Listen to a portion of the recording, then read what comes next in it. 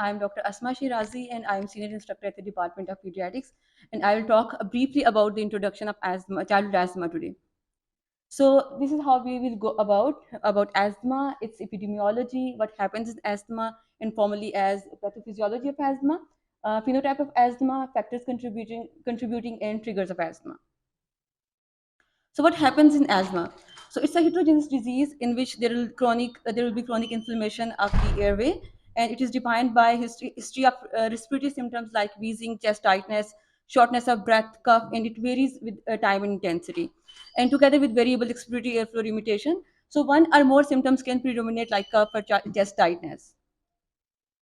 So talking about the epidemiology of asthma, so here you can see that asthma is quite much prevalent with average of around 4 to 6% of global burden of disease, and around 300 million people affected by asthma globally, and most of deaths occur in the low middle income countries.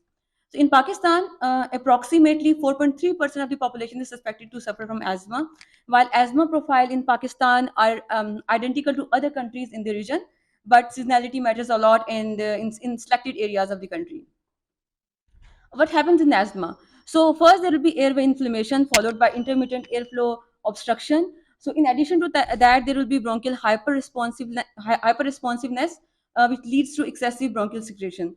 So here you can see that there is a normal lung with patent bronchiole and normal lining, and muscles are relaxed. While in the asthmatic lung there is an excessive mucus secretion, swollen lining, and muscle are tightened.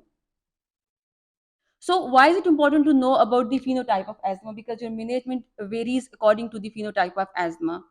So talking about the phenotype, recognizable cluster of demographic, clinical, and pathophysiological characteristics are often called asthma phenotype. And the first one is allergic asthma, which is most common in childhood pediatric age group. And in this kind of asthma, past history and strong family history matters a lot. And it is usually followed by the allergic rhinitis, drug allergies, and eczema. Patient with this type of phenotype usually respond well to inhaled corticosteroids. The other one is non-allergic asthma. So some patients have asthma that is not related to the allergies, and they are usually induced by some infection like bacterial infections, viral infections are exercise induced. Patients with non-allergic asthma, they usually they have lesser response to the inhaled corticosteroids. So mainstay of treatment is to treat the cause, the infection, and reduce the stress or exercise activity. Cough variant asthma is another type of asthma in which the only predominant symptom is cough, but it can be followed by wheezing and other symptoms of the asthma, and it is well responsive to inhaled corticosteroids. And if asthma is prolonged, it can lead to persistent airflow limitation, and it can be incompletely irreversible. So obesity is also a known risk factor for the asthma, and it can present respiratory symptoms like cough and wheezing, and in distress in exacerbation.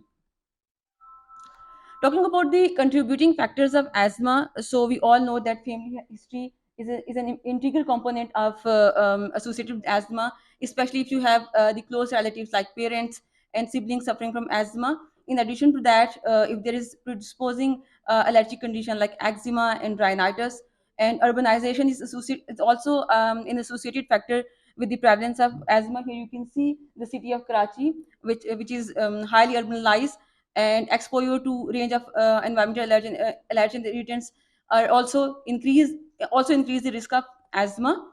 And we have also already discussed about the obesity. So triggers of asthma, they are quite overlapped with the contributing factors. So they are indoor allergens like dust mites, mold, pets, gender, and fur, and outdoor allergens like pollen and molds. In addition to that, emotional stress, physical activity, which is aggressive one, infections, cold, flu, respiratory viruses. Certain medication like aspirin, they usually increase the or exacerbate the condition, especially in difficult to treat asthma. So we all know that poor air quality, air pollution is one of the most important and causative factor of the asthma. So this was all about the brief introduction of asthma. So May 7 is the World Asthma Day. We celebrate. In fact, we celebrate to create awareness about the asthma. So I will conclude my presentation. If there are any questions and queries about it, so I'll happy to answer at the end of session. Thank you so much.